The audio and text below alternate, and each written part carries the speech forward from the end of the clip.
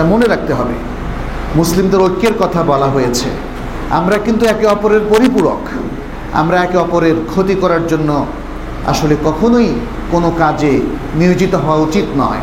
একে অপরের প্রতি মিথ্যা কথা প্রচার করা, মিথ্যা রোষ বিদ্বেষ তৈরি করা, এটা কিন্তু মুসলিমদের মূল কাজ নয়।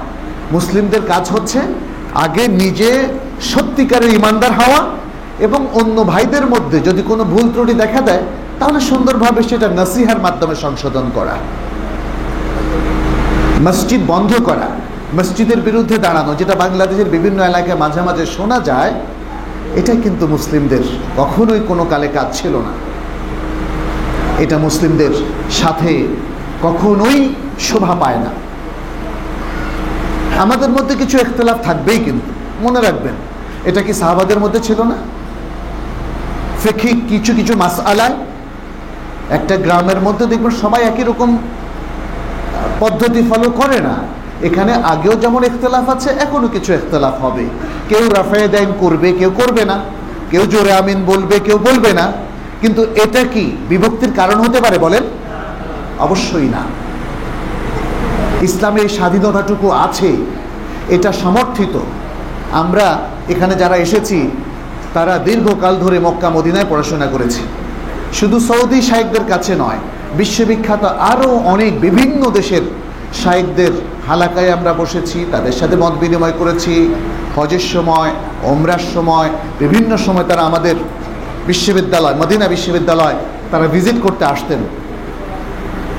তো আমরা দেখেছি তাদের মধ্যে কিছু কিছু ইখতিলাফ ছিল, কিন্তু এই কারণে কেউ তাদেরকে মন্দ বলেননি। তাদের মধ্যে কখনো ঝগড়া দেখিনি।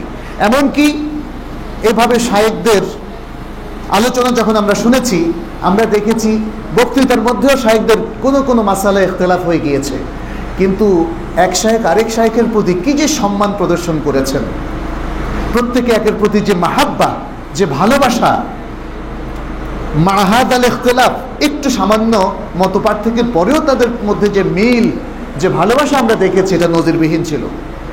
আমরা চাই বাংলাদেশে সেই নজিরবিহীন ভালোবাসা, শ্রদ্ধা চালু হোক।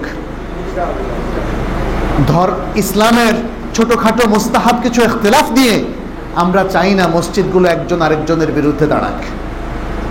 আমরা চাই সেই স্বাধীনতা এখানেও থাকুক, যেই স্বাধীনতা আমরা অনেকেই লক্ষ্য করেছি মসজিদুল নববীর মধ্যে, তাই না? মসজিদুল হারাম মক্কার মধ্যে পৃথিবীর লক্ষ লক্ষ সেখানে গিয়ে সালাত পড়ে। কেউ হাত ছেড়ে দিয়ে পড়ে, কেউ হাত তার ইচ্ছা মতো পেটের উপর বাঁধে, কেউ বুকের উপরে বাঁধে। কখনো ঝগড়া দেখেছেন আপনারা?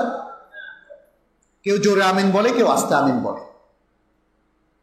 কারণ যার কাছে যেই দলিল স্পষ্ট হয়েছে, অথবা বড় বড় মুহাক্কিক স্কলারদের যারা অনুসরণ করছেন, তাদের বিরুদ্ধে বাধা হয়ে দাঁড়ানো, এটা আমার আপনার শোভা পায় না।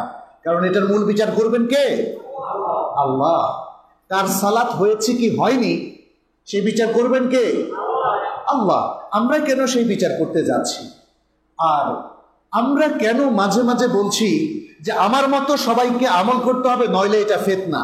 এটা কেমন কথা? যেটা মক্কা মদিনায় ফিতনা হয়নি, ইসলামিক কিছু কাজ যে ক্ষেত্রে কিছু ইখতিলাফ রয়েছে, সেখানে আমাদের দেশে কেন ফিতনা হবে? এটা সম্পূর্ণ আমাদের মস্তিষ্ক প্রসূত কথা। আমি ফিল করছি আমার মতো যেহেতু আপনি সালাত পড়ছেন না, অতএব এটা ফিতনা। এটা ঠিক নয়, এটা ঠিক নয়। আমার প্রিয় ভাইরা, এতটুকু স্বাধীনতা মুসলিমদের থাকা উচিত। হ্যাঁ, যদি আমি মনে করি আপনার সালাতটা শুদ্ধ নয়, তখন তো আমরা কথাবার্তা বলতে পারি ভাই আপনি যে এভাবে সালাত পড়ছেন, এই ব্যাপারে তো ওলামারা ভিন্ন কথাও বলেছেন। আপনি হয়তো বলবেন ঠিক আছে আমি এটা দেখব, কিন্তু জোরাজুরি তো করা যায় না। করা যায়? করা যায়। এরপরে দেখবেন যে বুখারী মুসলিম সহ হাদিসের যে ভান্ডারটা আছে, আমাদের কাছে সঠিক তথ্য নিয়ে এসেছে, সেখানেও দেখা যায় যে স্পষ্ট করে, যেমন বেলাল রাদিয়াল্লাহু তাআলা আনহু, যিনি ইসলামের প্রথম মুয়াজ্জিন ছিলেন, কে অ্যাপয়েন্টমেন্ট দিয়েছিলেন তাকে?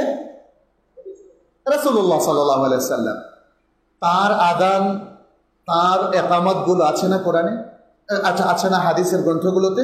আছে। তাহলে আমরা আমার মতো এটা চিন্তা না করে রাসূলুল্লাহ সাল্লাল্লাহু আলাইহি ওয়াসাল্লামের নির্দেশ মতো তার নির্দেশনা মতো, এতটুকু চিন্তা করতে পারি না? এখন রাসূলুল্লাহ সাল্লাল্লাহু আলাইহি সাল্লামের এই হাদিসগুলোকে সামনে রেখে কিছু ইখতিলাফ আমাদের ইমামদের মধ্যে হয়েছে, আমরা এটাকে সহনশীল হই, এটাকে মেনে নেই। তাহলে আমাদের ইমানের জায়গাটা ঠিক থাকবে, ঐক্যের জায়গাটা ঠিক থাকবে, আর মসজিদগুলো সুন্দর ইমারত হবে, আবাদ হবে।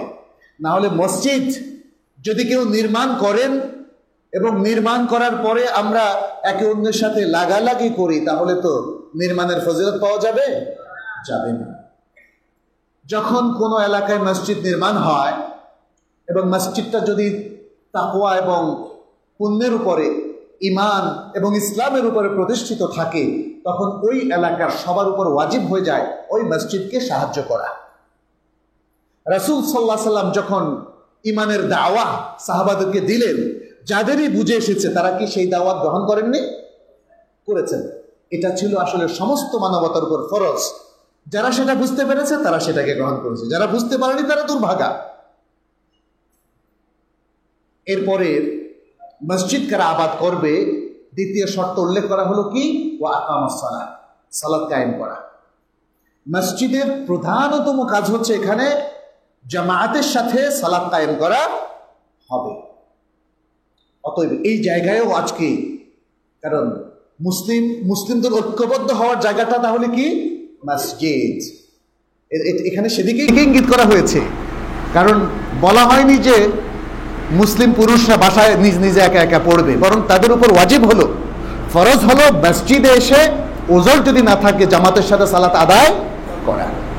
মসজিদের সাথে যারা সম্পৃক্ত এবং এলাকার সবাই এই মেসেজটা পুরো গ্রামে পৌঁছে দেবেন। মানুষ আজকে ওয়াক্তিয়া সালাতে দেখা যায় যে সালাত একসাথে হয় না, তাহলে মসজিদ আবাদ হবে কি করে? মসজিদ আবাদ করা এটা মুসলিমদের উপর ওয়াজিব। মসজিদ আবাদ করা মুসলিমদের উপর ওয়াজিব। সালাত কায়েম যদি মসজিদে করা হয় তাহলে মসজিদ আবাদ হয়, এটা মনে রাখতে হবে। এবং মসজিদ নির্মাণের মূল উদ্দেশ্য হচ্ছে মসজিদ আবাদ করা, মসজিদ আবাদ করা। ওয়া আতা যাকাত, এবং যাকাত দেয়।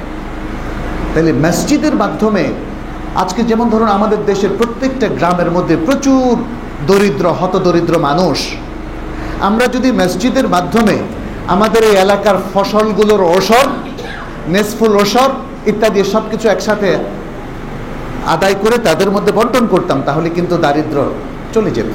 তাহলে আমাদের মসজিদ শুধু ইবাদত গাহ নয়, বরং সামাজিক বিভিন্ন কল্যাণের একটা সেন্টারও হয়ে যেত। রাসূল সাল্লাল্লাহু আলাইহি ওয়াসাল্লাম তাই করেছিলেন।